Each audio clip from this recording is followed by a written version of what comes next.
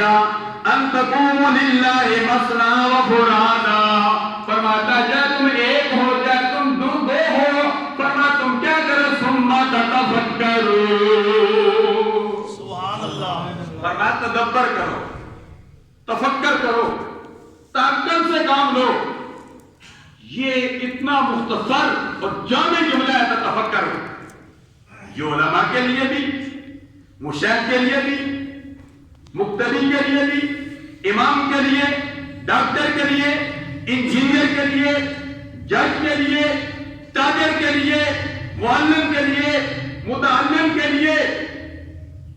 گویا کہ اس معاشرے میں ہر فرد کے لیے لمحہ فکریہ ہے. اے تاجر، اے ڈاکٹر، اے انجینئر، اے عالم، اے حافظ، اے حدیث، اے پیر، اے مرید، زندگی کے ہر شعبے میں رہنے والوں، تم کیا کرو؟ تتفکروا، غور و فکر کرو، تدبر کرو، تعقل سے کام لو. اگر یہ معاشرہ تعقل سے کام لے، تدبر سے کام لے، تفکر سے کام لے، تو یہ معاشرہ دن بدن ترقی کرے. آج تنزلی کا ہم کیوں شکار ہیں کہ ہم میں تتفکروا کو